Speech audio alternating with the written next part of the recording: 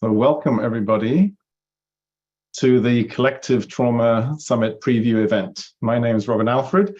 You may recognize me as one of the hosts from the Collective Trauma Online Summit. I've also had the privilege of being a host on all the previous summits, in which this is the fifth. And I'm very happy to be here co-hosting this event today. And before we get started, a few tech announcements for you. If you're joining us in Zoom, you may turn on closed captions in Zoom by clicking the live transcript /CC button at the bottom of your Zoom window. If you don't see it, click more, where you'll find the CC button. If you're watching on YouTube, closed captions are automatically on and cannot be switched off. And please note that live captions are auto-generated, thus they'll be imperfect and they won't get everything exactly right as we're speaking them. Edited subtitles will be added in a few days. If you have any technical issues or questions, please email onlinecoursesupport@thomashübl.com. For those of you who don't know Thomas Hübl, who's been my teacher for around 15 years now, he's a teacher, author, and international facilitator whose lifelong work integrates the core insights of the great wisdom traditions and mysticism with the discoveries of science.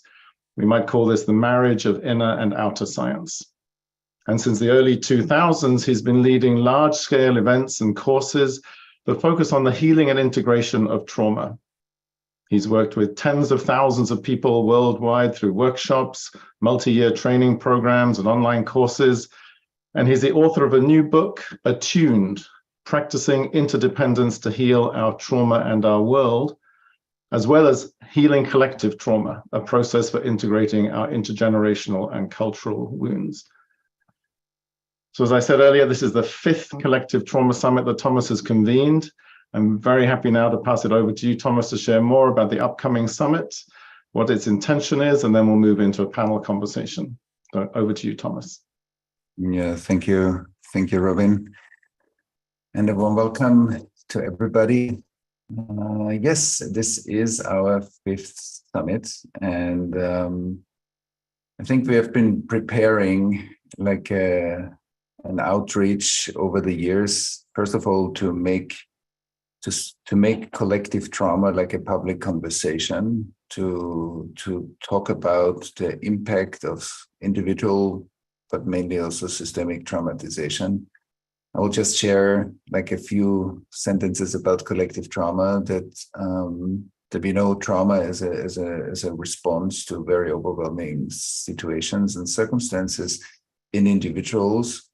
But at the same time, we know that trauma has been or is being passed on intergenerationally from one generation to the next through various factors that we don't need to go into now, and that there is systemic cultural impacts that when cultures go through large-scale impact like slavery or racism or a Holocaust or genocides or dictatorships, we see massive dramatic impact on the social fabric of a country, a society, a group.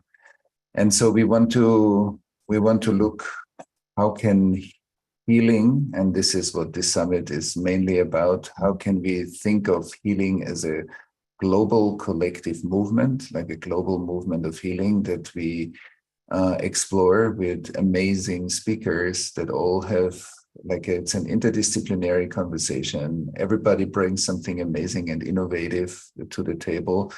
I felt very inspired throughout all the conversations I had when we explored, okay, how can we develop a global system, a global network, a global inclusive and creative dialogue about what works, what are the wisdom traditions around the world opening up for us in terms of healing, and what are the healing modalities that we already know that can contribute something to the question, how do we create a global healing movement? And at the same time, we are also meeting and creating emergent spaces in these conversations where we give birth to something new. I had many moments throughout the summit conversation where we actually tapped into something new together that's innovative, that's new, that surprises us, that gives us kind of this boost of creativity together. And it inspires everybody to walk away from the conversation and actually feel enriched and feel blessed with kind of new insights. And I find that deeply nourishing. I find it amazing that we have a large network by now of amazing speakers and people that contribute a lot to society around the world from, as we said, from very diverse backgrounds. And that we have this amazing team that you'll get to know in a moment of hosts that have their own experience of hosting many of these conversations. And it gives us a platform that I think is very inspiring. And everybody that feels attracted, and in the last years, we have every year around 100,000 people feel attracted to the summit and the summit conversation. So it means there is something ripe in us. And that's maybe something to focus in on a moment, that it's not just talking about collective trauma and collective healing. It's also that we are part of an emergence. We are part of something that's developing right now. We see many large-scale challenges that we have to face in order to evolve as humanity. We see large-scale impact of climate change. We see a lot of racism that we need to deal with and transform into much more inclusive and equal societies, and many other topics around the world that we are facing that need our evolutionary movements, and not just as individuals, but in collaborative spaces, in relationships, because we are all individuals, but we are all relationships. So how does our walk the talk create a we that can walk the talk of transformation? And as that we are emergence. A lot of emergence, inspiration, and innovation happens between us, happens in the space between us. And so we create a space that allows a lot of innovation and a lot of emergence to come through us, because it's not something that we just talk about, it's something that happens through us. And I think in our panel conversation, we will hear how that feels, how everybody experienced it in going through many of these conversations. And it inspires every one of us, because every one of us can create spaces like that. Everyone that is interested, even by listening to some of the conversations, we learn, we get inspired, but we are also part of that emergence. And I think that's exciting. It's not just something theoretical that happens outside of us. It happens in us in the moment that we are part of it, also through listening to the conversations. And I think that's amazing. And it's also giving us a perspective, and it's sparking our creativity to be part of a new development. So how can we take healing, restoration, integration into collective spaces? I think that's very exciting, or for me, that's very exciting, how to work on the social fabrics, on institutions, organizations, communities, family systems, and we become part of a healing movement. And so it's also for me important to say that the summit is not just a theoretical place, it's a very alive, vibrant, and inspiring environment, an ecosystem that we create throughout this whole time that the summit's on, and also through all the conversations that we are doing, that the panels and the artistic contributions, also the poetry and the conversations with the poets are fantastic. It brings such a different perspective into some of the more scientific conversations, and so together it's an ecosystem, and immersing oneself in that ecosystem means that I become part of an ecosystem of growth and healing and transformation, and I also add my creativity to that ecosystem.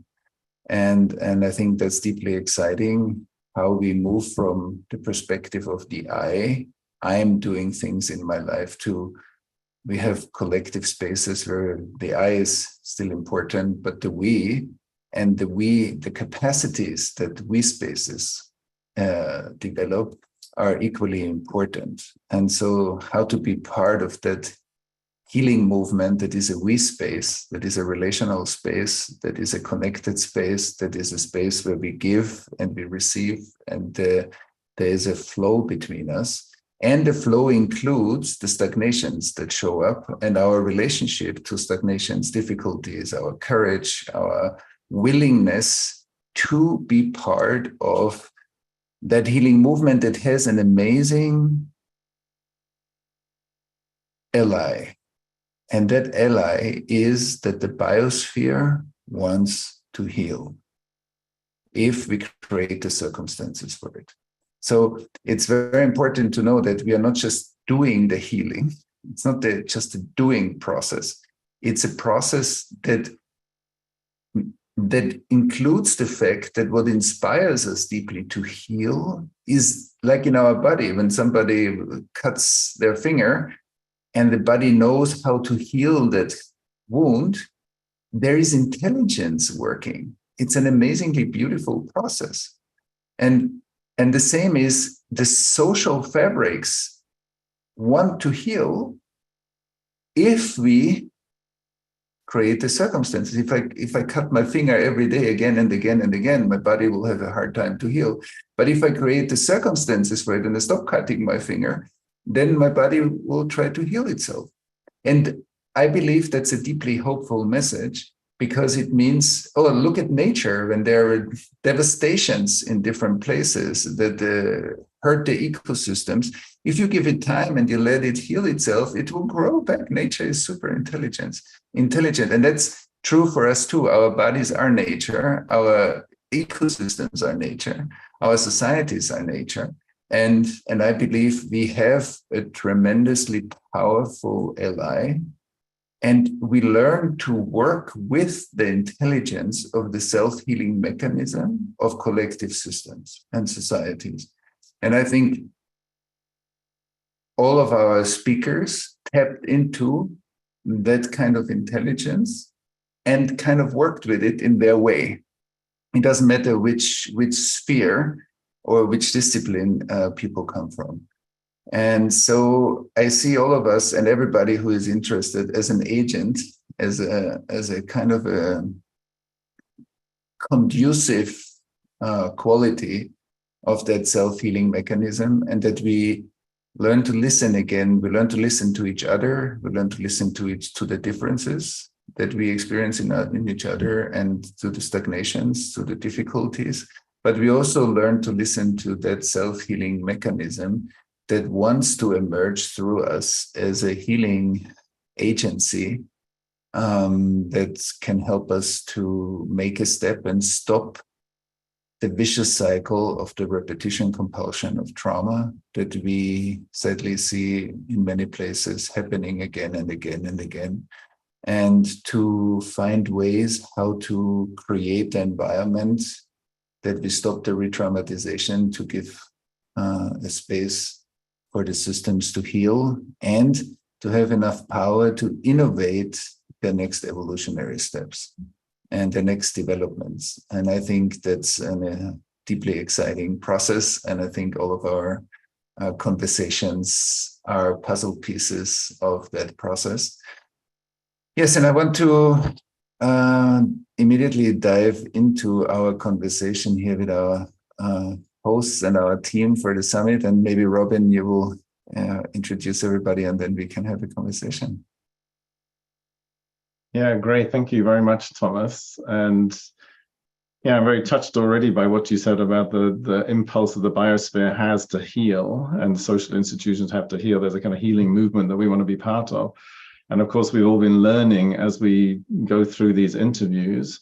So that's what we want to do now, is unfold our learning a bit. And this is not a scripted conversation. This is a conversation we're going to have for the first time now, and see what evolves for us.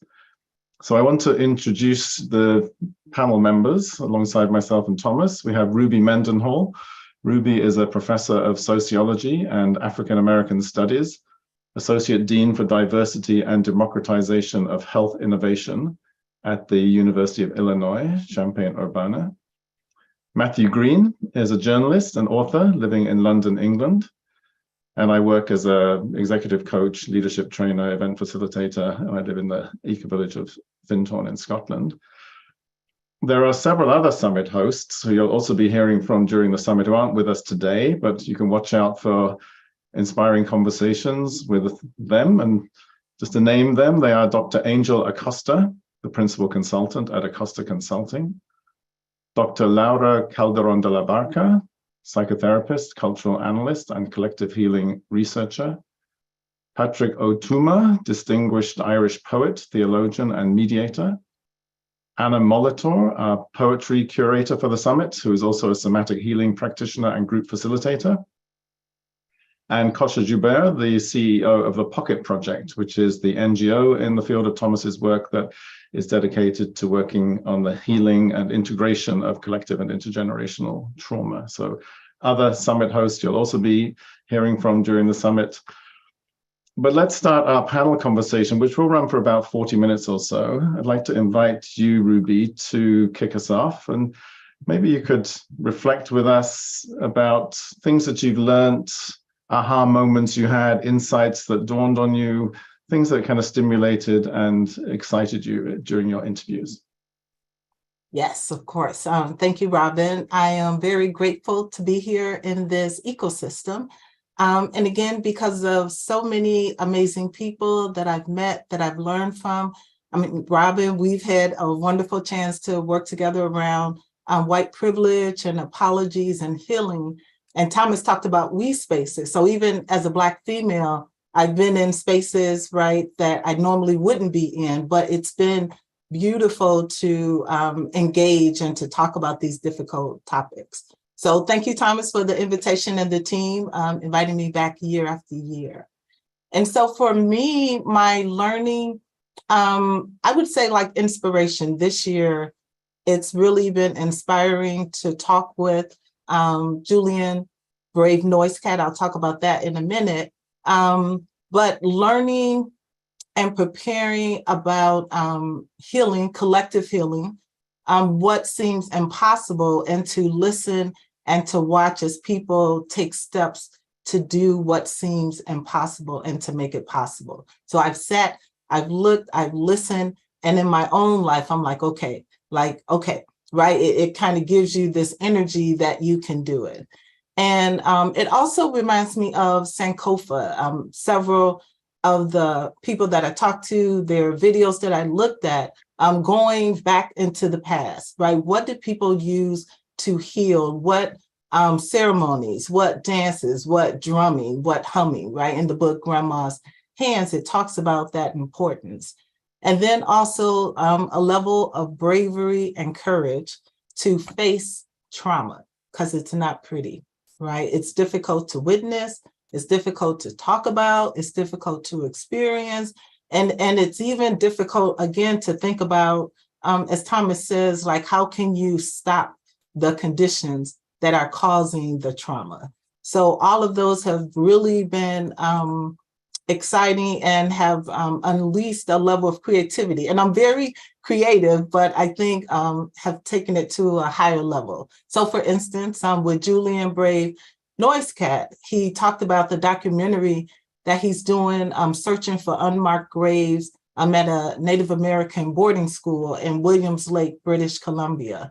And as I listened to him, I again thought about the level of pain that was there with the kids, with the families, and then how that pain over generations plays out in ways that are spoken and ways that aren't spoken. And then his idea, we talked about healing, like what does he do personally? And then what does he think needs to happen on a collective level? And he talked about the importance of storytelling, right? The importance of, again, going to those rituals of drumming, of dancing, of coming together in circles. And that was very inspiring. And then also I was looking at some of the work by Mia Mingus and her work on transformative justice and how do we approach violence? How do we approach harm, abuse in different ways? And there was an example of this Native American community that was handling issues of trauma within the community, right? And they talked about how difficult it was to put people outside of the community because they were fathers, right? They were sisters and they were others. And I just looked and I was like, I love it. And that, again, they went back to some of their old traditions, some of the things that the elders talked about, and they kept the community together. And it wasn't something easy to do, right? They really had to struggle. But again, you see the healing, and it's just very powerful.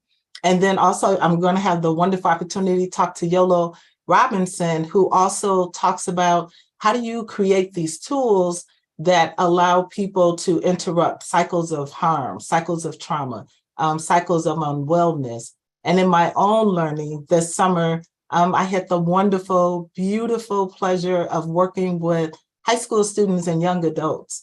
And we talked to them just kind of about living in Chicago, right? That's where they were. And as they talked, just like a lot of trauma came up from gun violence, losing fathers, friends, lots of things. And it really started to feel very heavy. And I asked our therapists, because we gave them access to therapists, we gave their parents, the sisters, the grandmothers, whoever wanted to talk, they could talk. And I asked the therapist, like, could you come and work with them on grief and loss and trauma? And she did that. And just kind of the rage, the anger, the sadness, all of that came out of them. But what was so beautiful was that they also spent the summer working on healing tools. They spent the summer in community developing things that they could do. So that's my inspiration again, both here, listening to some of the speakers talk about what's not here, but what needs to be created. And then watching those young people who were both traumatized from racism, right, from lack of resources, but then also tapping into that inspiration to create something new that would benefit them, their mothers, uncles, and generations to come, hopefully. So thank you for asking, Robin. No, that's beautiful, Ruby. Thank you. I already feel excited to watch the people that you've interviewed. It's already very alluring somehow. So thank you for that. And then that's also highlighting how we sometimes in a way need to look backwards to look forward. We kind of look back to some of the rituals from the past, storytelling, kind of things that we've known and somehow forgotten also as part of the healing impulse now. Yes. And Matthew, I'd like to ask you the same question, or can we invite you to also reflect on what's been moving in you and what's been insightful, what learnings are starting to unfold through you? Yeah, I also loved what Ruby was saying about this reclamation of ancestral resources for healing in community, which was a theme that also flowed through some of the conversations I was having. And even as I sit here now, I mean, you mentioned I'm a journalist. This isn't, to me, just a collective trauma summit. It's actually building the kind of media we're going to need in the future. It's creating a platform to have conversations that are not easy to find happening elsewhere. And hopefully this will become a 24/7, 365-day rolling channel rather than just an event that happens once a year in the future. And I'm sure we'll get to that. But yeah, I mean, what's been alive for me, it's very difficult to distill that into a brief summary. But I wanted to speak about two extraordinary women who I had the privilege of interviewing. One of them, Helen Epstein, born shortly after the close of World War II to survivors of the concentration camps in the Holocaust, growing up in the US, and pioneering work to catalyze a conversation about the inherited trauma, the transgenerational trauma suffered by the children of Holocaust survivors. Famously, her 1979 book, Children of the Holocaust, was really the first book to bring this phenomenon to popular attention. And I know, Thomas, in your work, working with the second generation has been a huge part of your life, and something I've connected with personally during the Timeless Wisdom training and other modalities. But what came through for me was the incredible resilience that she discovered.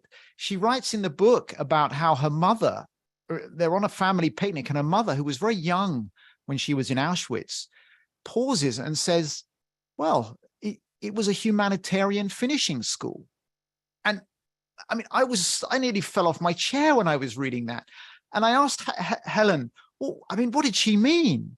And she kind of laughed, this incredible infectious laugh she has, despite all of this huge trauma field, and just said, yeah, well, that was the resilience that we found. And she talks about the cultural and other resources that very much echo what Ruby spoke about. But I think what came through really strongly was the power of naming this silent trauma that so many of the second generation were experiencing. And her book served as a focal point for that. Groups started, people got talking, and suddenly it was all coming out, what had been silent for so long, what Helen Epstein talks about being locked in this iron box. And she said these gatherings were not gloomy, depressing, heavy affairs. There was laughter, there was connection. And that's really what brings me 40, 50 years into the present with the other amazing author I interviewed, Dr. Britt Ray, whose book, Generation Dread, just published last year, explores deeply the topic of climate anxiety. And Britt Ray wrote the book because she was scared to have children. She wasn't sure she wanted to bring a child into the world we've created. And it was a similar process of writing this book, naming this anxiety, that brought her into contact with a huge number of other people with exactly the same dilemma, who began to come together in groups and build healing communities, that I think demonstrates we have this latent impulse within us, and we see it popping up in all different contexts. I talked to Ed Yong about COVID-19, to Major Cormac Doyle and Josh Goldberg about working with military veterans and first responders. In all domains, we're feeling this impulse to come together. And yes, one-on-one therapy is vital, of course, but there's more. There's things we can do when we come together intentionally that you can't do one-on-one. And this whole summit is like a kind of alchemical vessel just bubbling over with wisdom and energy for how we can start to bring that into our lives. Yeah, beautiful, Matthew. Thank you. And I love that you stress that, you know, in a way it's a summit and it's an event, but it's also a movement that we're building over time that continues, 365 days of the year. It's a festival, Robert. Summit. I was thinking the word festival. Summit makes me think of like Cold War era meetings and, nuclear disarmament. Like, to me, it's like a joyful occasion. And this is something I think is really worth, if you haven't tuned in before, you're going to come away lighter if after each session. There's something about these conversations that just ignites some resonance that we all feel, and that is really energizing. Yeah, that's so interesting to see your experience anyway, of kind of, as we go deeper into grief, pain, we also tap into resilience, hope, movement, and it's very clear to kind of feel that the excitement that it builds in you and in many. So thanks for that, Matthew. I want to bring you in, Thomas, and you've interviewed a lot of people this year and also in previous years. So maybe you want to pick up on any of the themes we've highlighted so far, but also to invite you to reflect on kind of what you've been noticing as trends that have been developing over the 5 years of the summit. I think it's also interesting to track what's moving and growing and developing in this movement. Yeah, first of all, I want to say that I gave myself the biggest gift with the summits, because I get to have all these amazing conversations, and it's fascinating. I mean, I learn a lot through all these conversations. I feel deeply inspired, and almost in every conversation, there's a moment when we touch a point of mutual co-creativity. It's like something new happens, that because the conversations are very organic, they're unfolding, like we are all seated in our fields. So there's a possibility of a co-creative moment very easily. And I find this amazingly rich. And so that something unexpected gets born that we didn't premeditate, we didn't plan about, there are no scripted conversations, they're really organic and they really come out of the relationships of the moment. And I think that's also how we co-create new solutions. We really relate to each other, we deeply listen to each other, and that depth creates a new possibility. And I experienced this also in the former years, obviously, but again, this year, that's the beauty. And I think that's a blessing to be part of those moments and to tap into something creative that is new and to be always inspired and learn. I learned a lot through the summit this year again. And what I feel is we often have these deep moments of meeting, like when we are attuned and we dial in together and we are really interested in each other's art, because I think it's an art form. It doesn't matter from which field you come, if you deepened it. And one thing that has been said already is like the courage. One theme that I hear, and I think that's why it's so inspiring to be part of the summit, is or to listen to these talks, because it gives us an amazing access to the learning that individuals had through their own traumatic history and turn the trauma around into a blessing. And that blessing affects many people in our society. And that's a theme that I heard in the previous years and also this summit again and again and again, is how our personal difficulties and the trauma that we experience actually becomes a gift.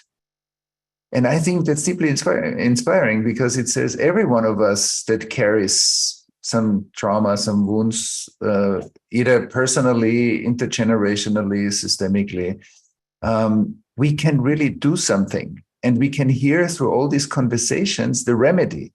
It transmits the remedy. It's like a transmission of how healing works, and it inspires us.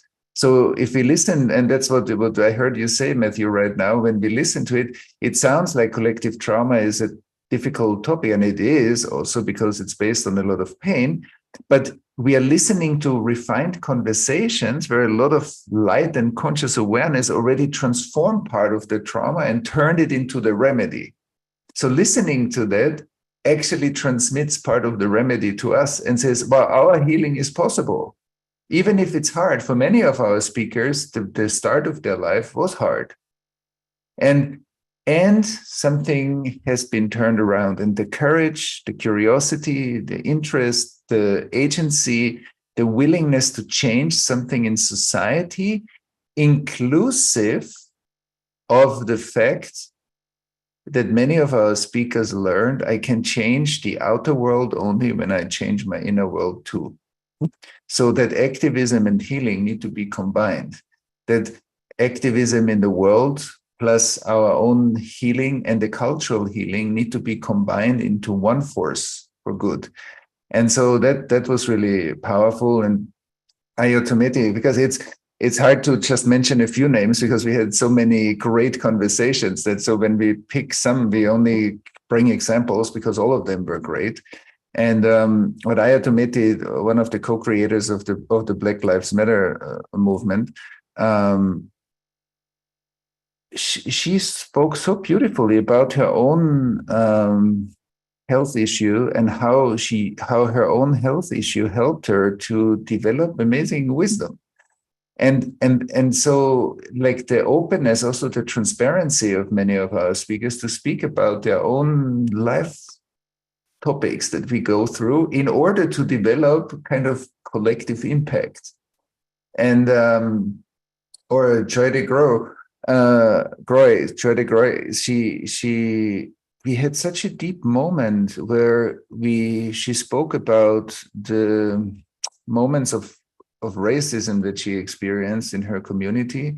And then we had this deep meeting and this deep compassionate resonance that took the whole conversation much deeper and created so much intimacy and warmth and connection when we speak about very difficult daily situations that are re-traumatizing.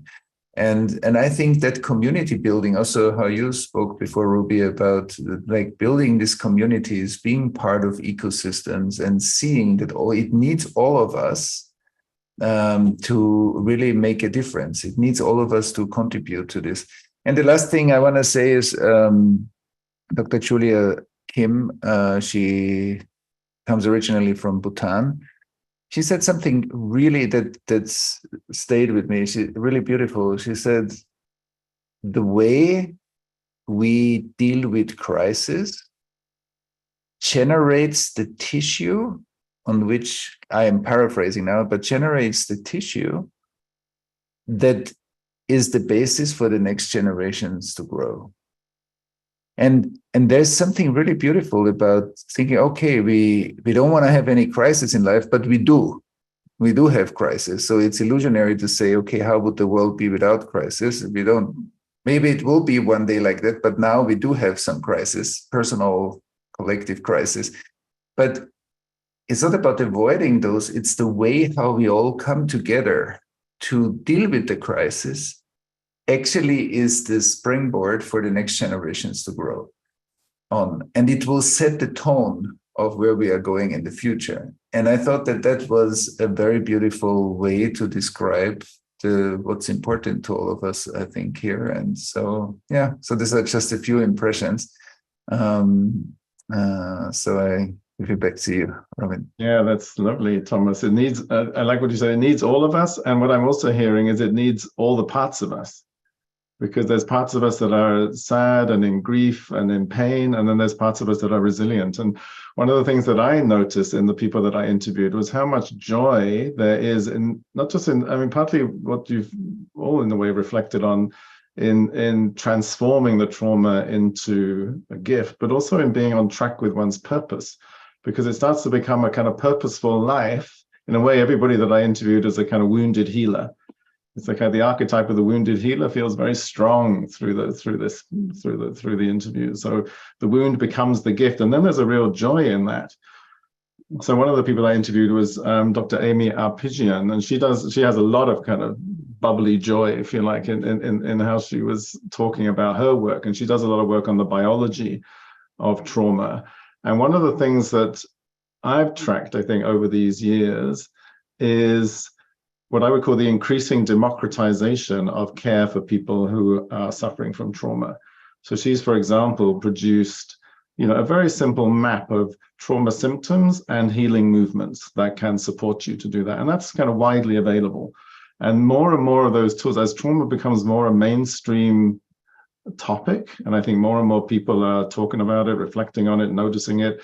Like Matthew, you talk about journalism, trauma-informed journalism is a topic. It wasn't a topic 5 years ago. Now it feels like it's a topic that everybody's talking about, or trauma-informed leadership, or trauma-informed education, or trauma-informed law. So there's a democratization, I think, of the trauma field. It's not just occasional people who go to a particularly highly skilled therapist. That can also be, of course, extremely useful at times. But that some of these tools are really in the hands of everybody. And I also interviewed a woman called Kaylee Ober, who's a PhD student studying the effect of displacement through the climate crisis, the effect of migration and needing to move and become a displaced person in another country. And she told me that in Argentina in 2022, the Argentinian government created a humanitarian visa which gives displaced people 3 years right to live in Argentina, to have access to welfare services at no cost. Now, that's something that I don't think would have happened 5 years ago. I mean, maybe I'm wrong, but it feels like it's because there is more growing awareness of the impact of trauma in these different places, then there are responses to that. Be they individuals who create kind of maps of support, or even sometimes, as in the case of this, I think it's very much a pioneering moment, I think, for the Argentinian government in this field, where it becomes enshrined in law also. So I found that very encouraging to see where the trauma response starts to become institutionalized in a positive way. That and I say what I would also refer to as the democratization of care for people with trauma. So that's our kind of check-in a way. We've all kind of checked in with a few highlights that we've noticed during our conversation. We have a chunk of time now, like another 20 minutes or so, to just unfold the conversation. So I would just invite any of you who feel you want to unmute yourself to kind of come in with what you're noticing in the conversation or other comments that are moving in you and bubbling up. Matthew, you've unmuted, and Ruby also, so go for Ruby, it. go ahead. The thought that came up when you talked about trauma and having it as part of the policy, right? So here in Illinois, the Illinois Legislative Black Caucus passed legislation on anti-Black racism. And they put together like this package of things that need to happen as a society, right, to foster not just Black wellness, although that's a really big part of it, but everybody's wellness. So when you said that, it made me just think about the innovativeness of the Black Caucus to think about that and to start to, and again, right, building on our long history of social movements and other things, but in this present moment. And part of that is to train community health workers to be in the community and to start healing processes, right? And that's why I'm so excited to train the young people, because they're in spaces that I'm not, right? When I'm there, it's an intergenerational space, but they're in spaces when young people are saying, my friend was killed, I'm angry about that. What's my response to that? Where they're saying, I don't want to go to school, the teacher doesn't like me, I'm not going to go, right? And who do they have to help heal them, right? Who do they have to help increase their resiliency? So that's what I love when you talk about policy, because that's one very big part of how we do create systemic, holistic, comprehensive change. It's one of them. There are others, but I really appreciated when you talked about what else was going on around the world. Yeah, lovely. Thanks, Ruby. And Matthew. Yeah, I love hearing these concrete examples of progress. And Ruby, I just have to say that I was journaling last night thinking, well, what came through for me in this summit? And it was exactly what you said. Exactly. I wrote down on this big pad, it's things that were not possible become possible through this work. And that's the real miracle. And that's what gives me so much hope. And I write a lot about climate change as a journalist, and looking at where we are even this year relative to previous years, it's terrifying. I feel it in my body every morning I wake up. And what was so beautiful and emergent, Thomas, as you would say, in the conversation with Dr. Britt Ray about climate anxiety, was feeling that the field that we've created with the summit and built over the years was actually giving her space to sort of say things like almost more than I think she normally says, and having watched some of her talks. And there was a beautiful moment where towards the end of our conversation where she almost hesitated and said, well, this might sound a bit kind of far out. And I said, don't worry, not to our audience. Like we want to hear your leading edge. And she said, we need a cultural and spiritual revolution. That's the response to climate change. Of course, we need to build solar panels and wean ourselves off fossil fuels, but it's so much deeper than that. And to provide a space for the speakers to really go to their edge and for that to be received, I think is really valuable and exciting. And this is, by the way, the cultural and spiritual revolution. But if you're watching it, you're part of it. So welcome. I just want to add something about something that I also think was challenging, not particularly challenging in the conversation, but I think a challenge in this movement, because I interviewed a man called Peter Couillot, and I really enjoyed the interview. He's a climate scientist, and he does a lot of work on the effect of heat on the body. So first of all, there was a definite moment where I had one of those, oh, really, that's kind of how it is, when he said at some point in the next 10 to 20 years, there will be a heat wave that's likely to kill 1 million people, like one heat wave. And then he said, and soon after that, there's likely to be another one that will kill 10 million people. And that's a moment, for me, was a moment where I went, wow, that's, I kind of know, things, I know things intellectually, but I could feel it at that moment, like, wow, that's an impact. And he spoke about the fossil fuel industry and the absence of leadership there. In fact, the misinformation that has been well documented over quite a few decades there, and the absence of political leadership. And as he was talking, and as we were talking, I thought, how do we have this conversation, which is really a conversation about fragmentation, without fragmenting further? Because it's very easy to say, well, they're the problem. Like if the fossil fuel industry hadn't done this, we wouldn't be in this mess. Or if we had better political leadership, we would be in a better position now.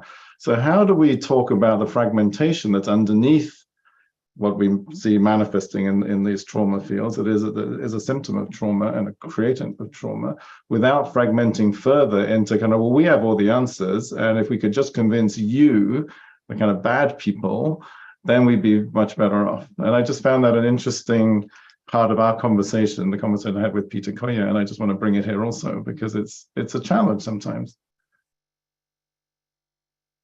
Yeah, and it's beautiful what you're saying, Robin, because I think that's exactly why we do the summit, because collective or systemic trauma, like all trauma, basically is a data flow issue. It distorts the data flow in individual systems, in intergenerational systems, family systems, but also in social systems.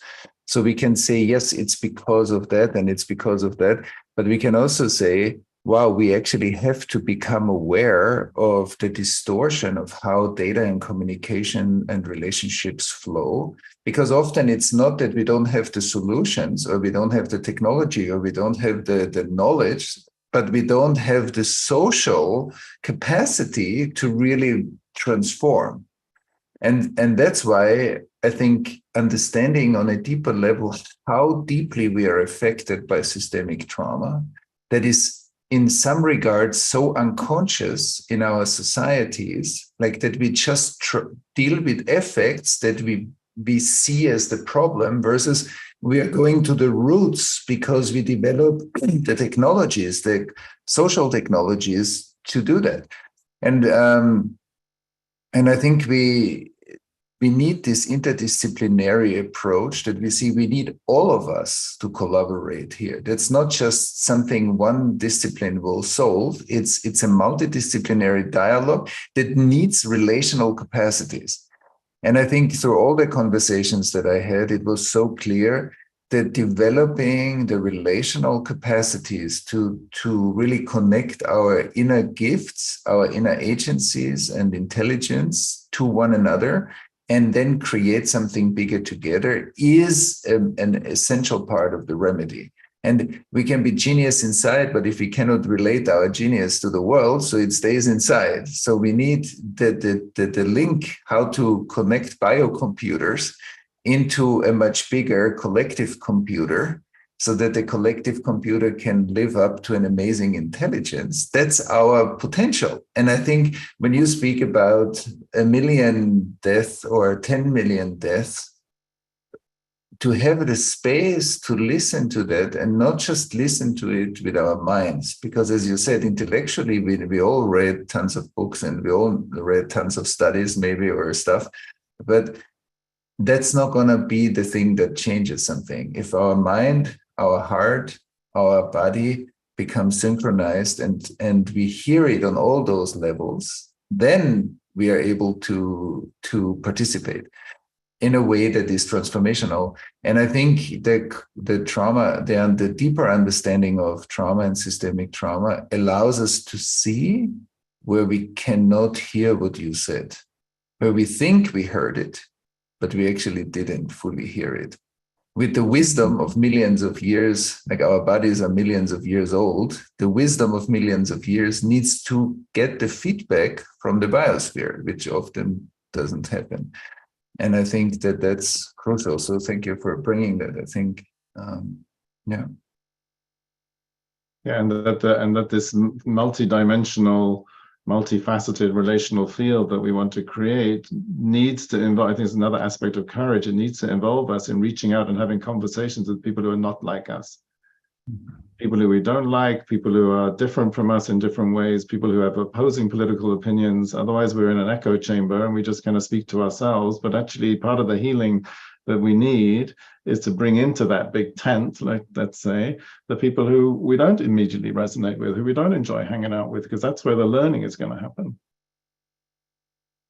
And Robin, I'll just say for us, right, when we were at the training online, and as you just kind of talked about your experience with kind of privilege, and as you listed it, and it really did inspire me to write the poem, A Wall of Humanity, and that we often aren't in the same spaces, right? We often don't talk, we don't talk about the trauma, right, that's been caused, or even that's difficult to look at the consequences of it. And I thought it was so amazing of you, right, to sit in that circle and to talk about it. So I do think that's a really important part, and I think that's transformative in this ecosystem that I'm in now. It's really been helpful in that sense. And sometimes it's hard, right, for me to be one of very few Black individuals in here, but it's been really transformative in lots of ways. So I just want to say that publicly. And again, thank you for your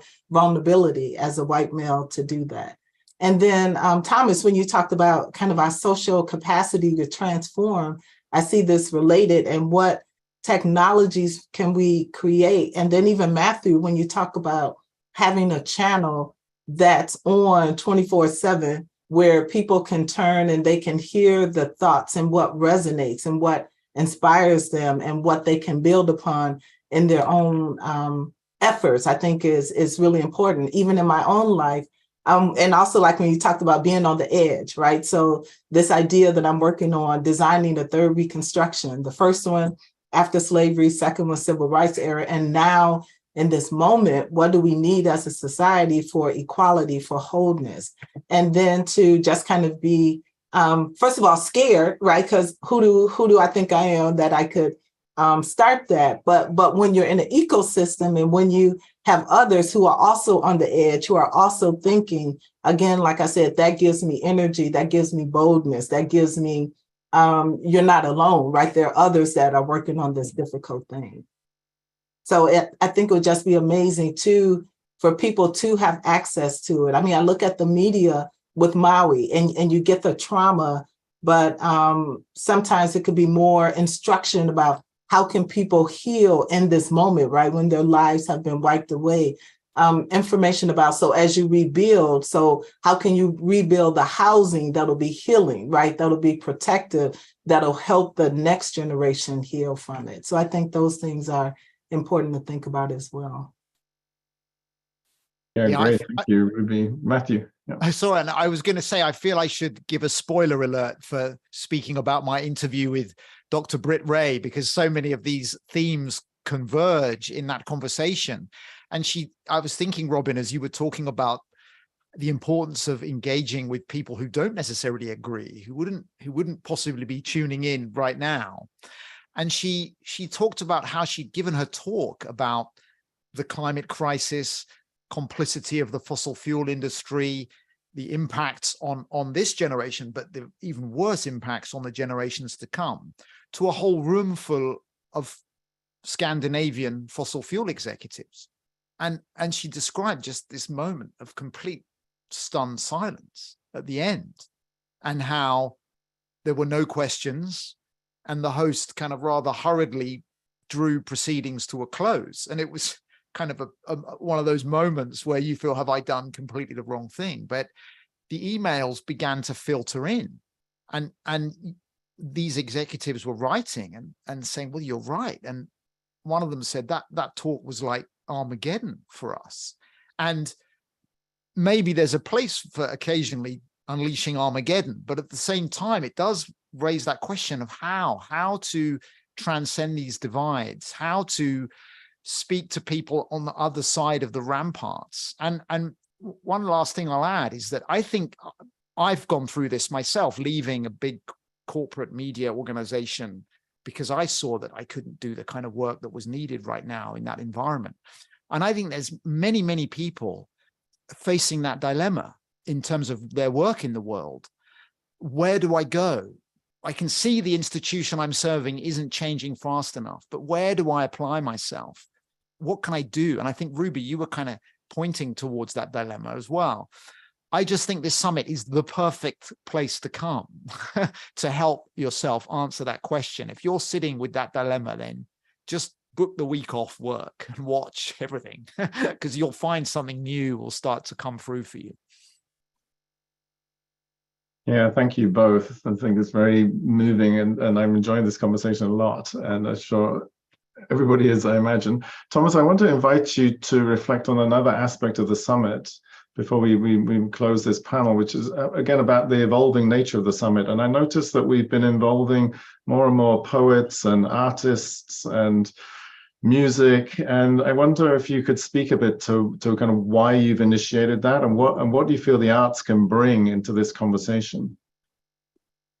Yeah, definitely. I think the arts speak a very different language, and because of speaking a different language, voices that sometimes cannot be spoken in a more rational, scientific way have a way to speak. Through visual art, through music, through poetry. I believe the voices that sometimes are muted in the regular social discourse are being unleashed through art. And we've spoken over the years to various artists, many poets, music. We had musicians contribute to the summit. And I think all of it creates a space. And so much about healing trauma is creating a witnessing space, listening deeply to each other, creating resonance, being willing to feel each other also in the deeply painful parts, and be together where separation rule the moment. Because every time there's trauma, separation rules the moment. And the remedy is that we enter a mutual space, even in the painful, wounded parts of us, that there is a mutual space of reconnection. And that relational reconnection creates also a restorative movement.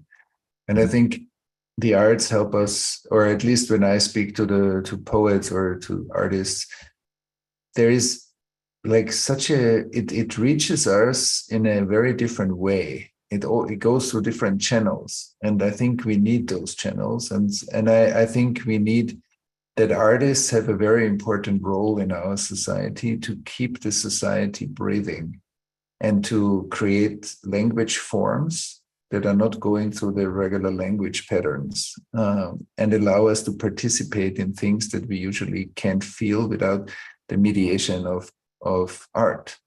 And that often many artists pick up on stuff that is important either because it's suppressed and unconscious, or because it's the emergence that's happening in our society. And artist voices are often the first voices to really amplify what needs to be amplified as the collective development. So I think that there is a lot about art is like a very, very important kind of space that we need. And maybe just to also say that that what both of you, Ruby and Matthew, said before, that being on the verge, I think to be able to enter an ecosystem where we feel, and that's what we felt, because you said it, Robin, how was the evolution of the last years at the summit, is that, of course, in the first summits, we started to speak about collective, make a space, a conversation, open it up. But then more and more, once it became part of the public discourse, we start to look at, okay, how can we turn this now into resilience, healing, development, and so on. And in the evolution, we also see that many people, hundreds of thousands of people, feel like that edge that we are at, like we are on an edge, that we need communities to be able to co-create something new together, and in a way jump into an unknown space. And I think because sometimes when we are more isolated or we feel more alone, we don't feel the collective agency to jump, although we already feel we have to jump into something new. And that's where collective agency comes in, that we jump together and we create new structures in society that we can only create if we are courageous enough to jump without knowing necessarily where we will land. And that step, and I heard that movement from many of the speakers that I interviewed over the years, that there was a moment when we jump into the unknown, and then we find something new together that actually becomes the vocation, or became the vocation for many of the people I interviewed. And I think that's an amazing way to describe that jump into the unknown is what emergence is. It's not always going to be clear cut. It's not going to be safe all the time, safe in the sense of, oh, I know exactly what I need to do in order to get there. Sometimes we need to find our way, and it's a discovery. Emergence is a discovery.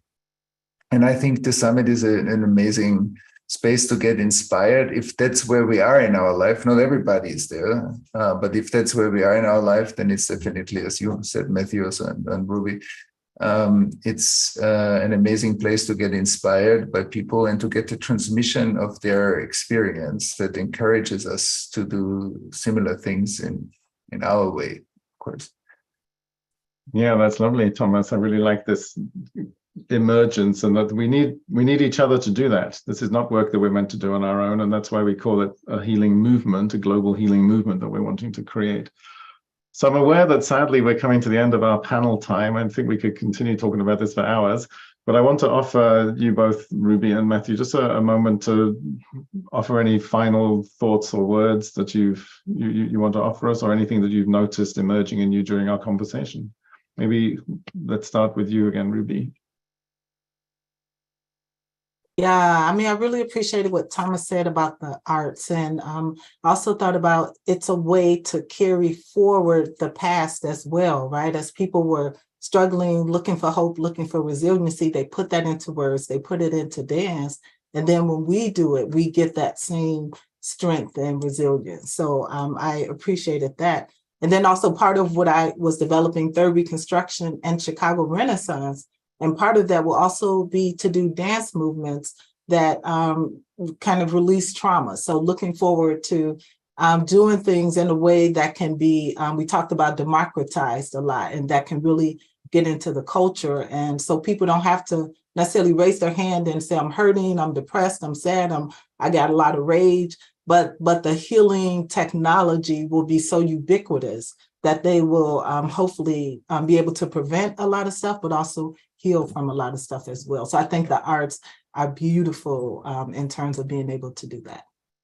Yeah, that's such a lovely image, Ruby. Thank you. And Matthew, any final comments from you?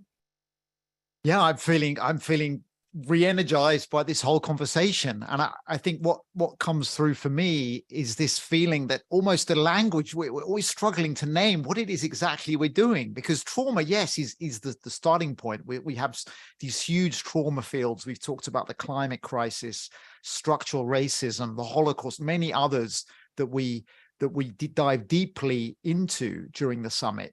And yet there's something on the other side, which is far more than just repair or returning to some kind of baseline.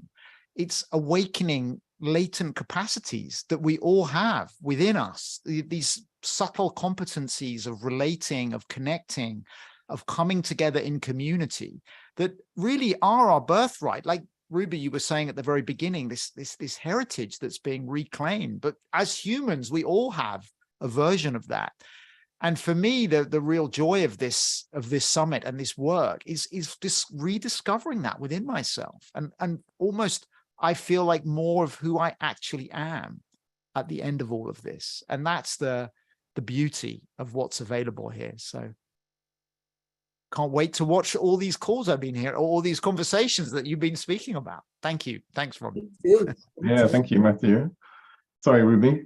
No, just said me too. I'm so excited to hear some of the conversations. Me too, and I like the invitation to take the whole week off and just kind of watch them all. That's maybe a possibility. Yeah, I think what struck me, I mean, I've also found the energy in our conversation very, very lovely and touching, and I can feel the emergence is here also. It's like Thomas talked about emergence and the collective emergence that we're part of as a movement, but it's also in these kind of conversations where something emerges also. And I'm really with, I think, this question of courage. Like it's come up a few times, like the courage to feel, the courage to take a step, the courage to be in emergence.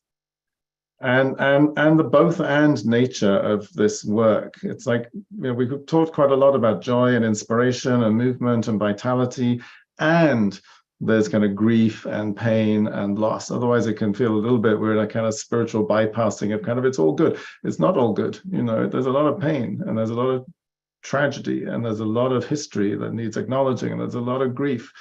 So it's both and, we want to go into those places, and out of that comes this movement of optimism and hope and inspiration and healing. So I just feel that gets amplified again and again in me as I hear the conversation, and the courage to be in both places, the courage to go down, if you like, into the pain and into the dark places, and the courage to kind of emerge and take a step, as you say, Thomas, into the unknown and be part of a healing movement. So thank you all. Thanks for this great panel conversation. I'm going to pass to you, Thomas, now to offer again any reflections you want to about the conversation so far, but also to lead us into a meditation and some time to integrate what we've been focusing on. Yeah, thank you, Robin, Ruby, Matthew. This is wonderful. And it shows a bit the spirit of what we were talking about that happened here is also what happens in all these conversations, is like a kind of a creative, energizing space where we can, and it's exactly what you said, Matthew, where we can, healing or restoration doesn't mean we are going back to a baseline. Healing always, when there was a traumatic impact in somebody's life, so in a social system, the integration or the restoration of that trauma actually is a step forward into a perspective that we don't know yet, which means it grows wisdom. Like it's not we are going back to restore something backwards. We are restoring something in order to to expand our perspective and to develop more wisdom. So the trauma actually becomes post-traumatic learning. And that's super exciting because it means that everything we really deeply look at and integrate makes us wiser, bigger, more inclusive, and increases the perspective and the world that I feel connected to. And I think especially when we talk about othering, when we talk about racism, or when we talk about exclusion of voices in our society, they're excluded in us. And that's why we act and live in a certain way that excludes others. So wisdom, developing that wisdom, is actually what we need in order to create a much more inclusive world, a much more democratic world, a world where everybody's voice, a flourishing world where each other's flourishing, is actually our deepest interest. When I see you flourish, when I see Ruby flourish, it warms my heart. It's what I wish for. It's what I want to contribute to, or anybody else. So I think that willingness to unconditionally serve each other in our flourishing is something that the healing work or the integration of trauma is a foundation for. And so I think that's important to know, that we're not going back, we're restoring something to go back. Restoration always has an unknown factor included. And I think we will use a few minutes not just to talk about, but to do one thing that in a collectively hurt world is underrepresented, is creating a space to digest more, because trauma is undigested experience. And then we create often societies and organizations and systems that are not digesting their experiences because that's painful.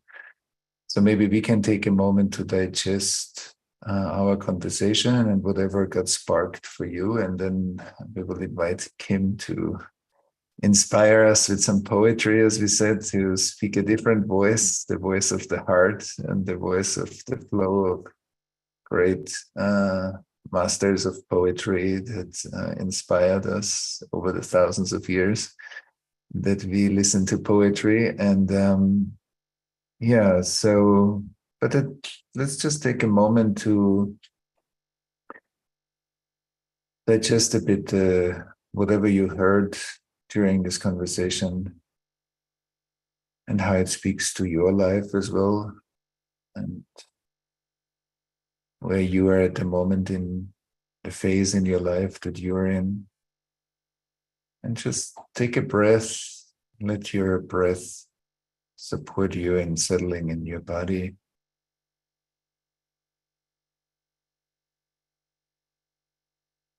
And allow the reverberation of whatever you've heard, noticed, resonated with, maybe what sparked your own interest, creativity, or simply spoke to part of your own life's history.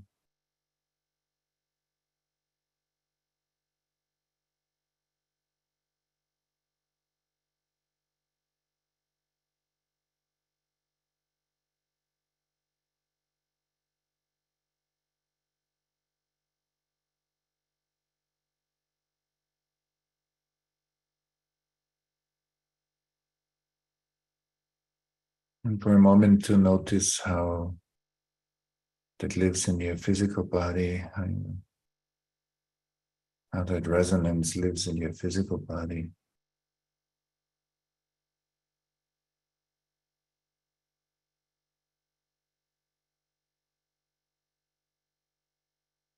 How it lives in you emotionally.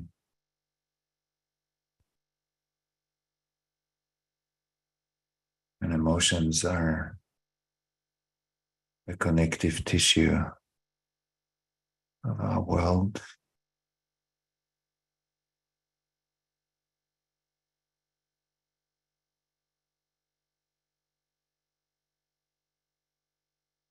It speaks to you intellectually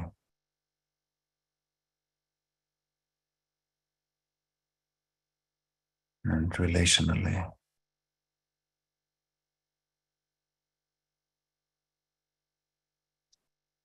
How you notice some of the things we said in your relational ecosystem. And every one of us creates, co-creates a relational ecosystem.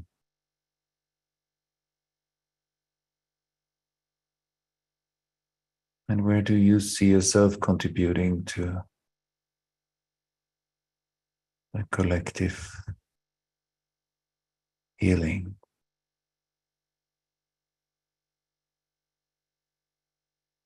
Maybe in small moments during your life, and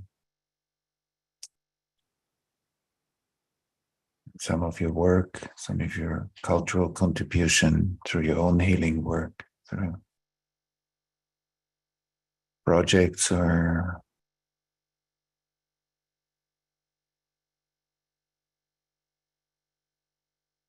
work that you manifest in the world, whatever it is, just notice it. It's not about it being big or small. It's about being part of, interested, motivated.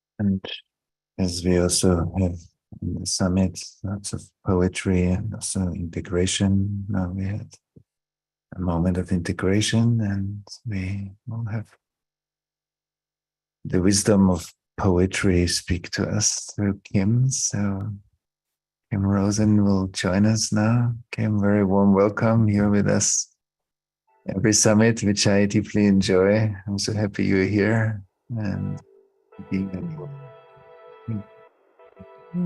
Thank you. Thank you, Thomas. Thank you, everyone, for this beautiful conversation.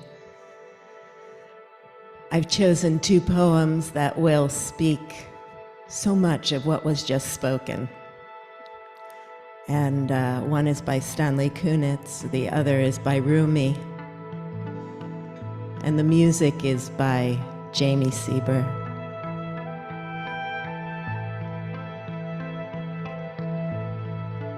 I have walked through many lives, some of them my own.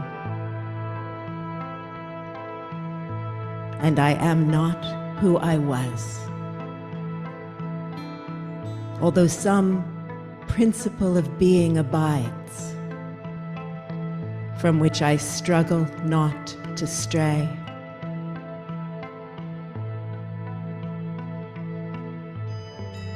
When I look back, as I am compelled to look before I can proceed on my journey, I see the milestones dwindling toward the horizon and the slow fires trailing from abandoned campsites over which scavenger angels wheel on heavy wings. Oh, I have made myself a tribe out of my true affections, and my tribe is scattered. How shall the heart be reconciled to its feast of losses?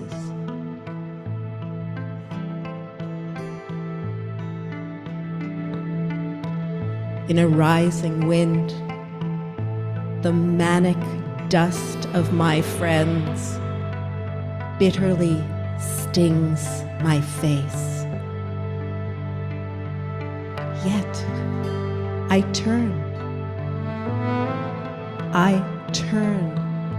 exultant somewhat, with my will intact to go wherever I need to go, and every stone on the road precious to me.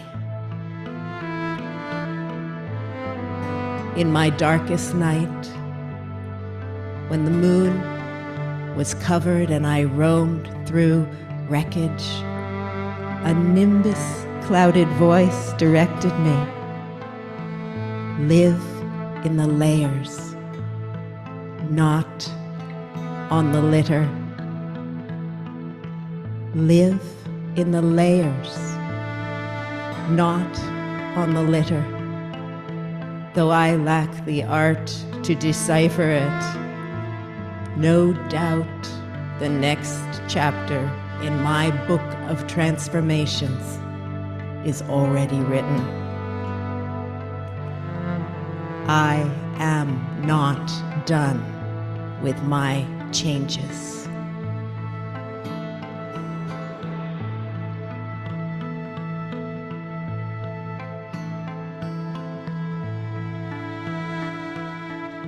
Learn the alchemy true human beings know. The moment you accept what troubles you've been given, the door will open. Welcome difficulties like a familiar comrade. Joke with torment brought by the friend. Sorrows are the rags of clothes and old jackets that serve to cover for a while and then are taken off. That undressing and the beautiful naked body underneath is the sweetness that comes after grief.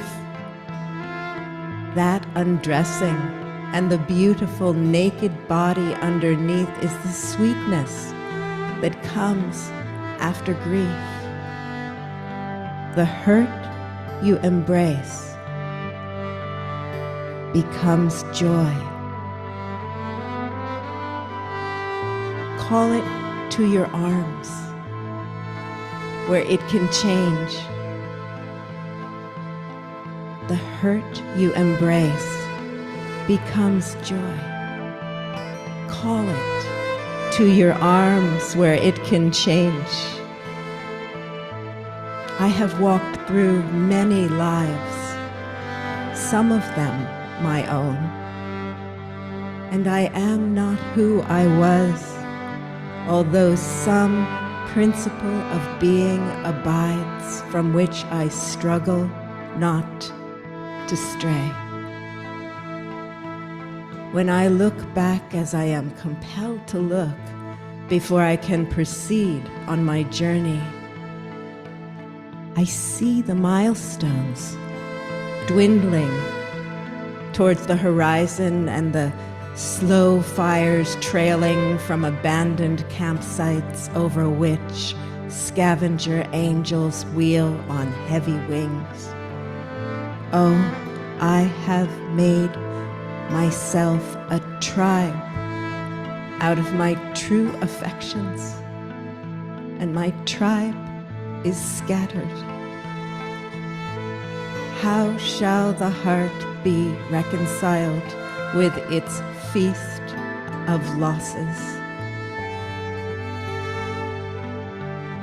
In a rising wind, the manic dust of my friends, those who fell along the way, bitterly stings my face. Yet I turn, exulting somewhat, with my will intact to go wherever I need to go, and every stone on the road precious to me. In my darkest night, when the moon was covered and I roamed through wreckage, a nimbus-clouded voice directed me. Live in the layers, not on the litter. Though I lack the art to decipher it, no doubt the next chapter in my book of transformation is already written. I am not done with my changes. The hurt you embrace becomes joy.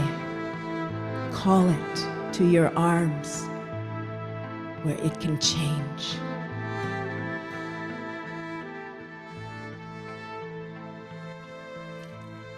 The Layers by Stanley Kunitz and Undressing by Jalaluddin Rumi, with music by Jamie Sieber. Thank you so much. And now I hand it off to Robin for closing announcements. Yeah, thank you, Kim. Such beautiful poems.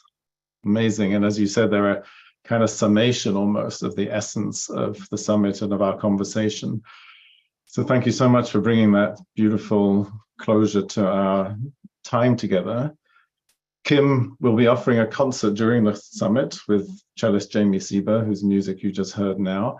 And that concert will be based on their new album, Feast of Losses. And Kim will also be participating in 3 live events during the summit.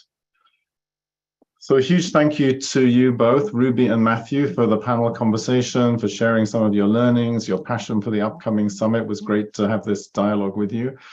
And of course, huge thank you to you, Thomas, for instigating the summits, convening these summits. I think it's an incredible service to our collective being at this time. And enormous thanks to you, Thomas.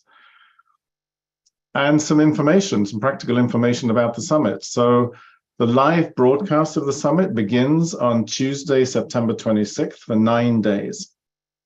Each day of the summit will feature 6 or more new talks, each available for 48 hours to stream for free.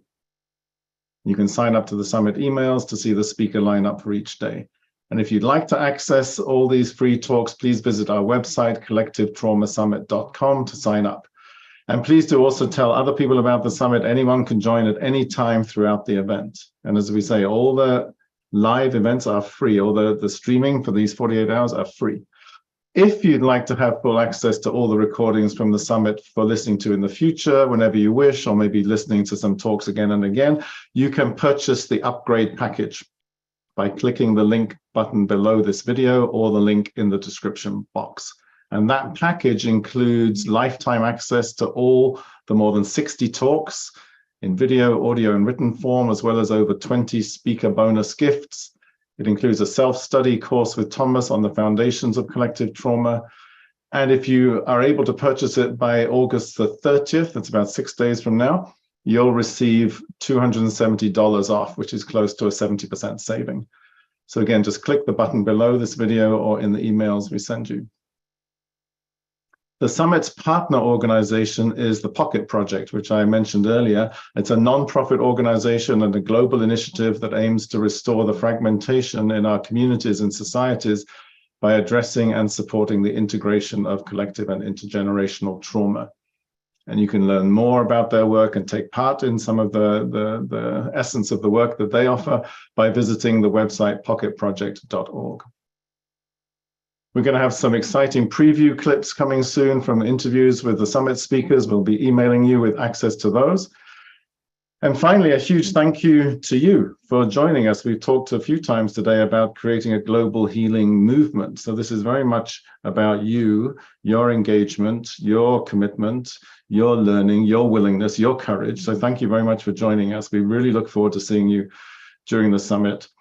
And we trust and hope and intend that your journey through the summit will be rewarding, insightful, and maybe healing for you and for the communities that you are part of also. So thanks so much again for joining us today. God bless and bye-bye for now.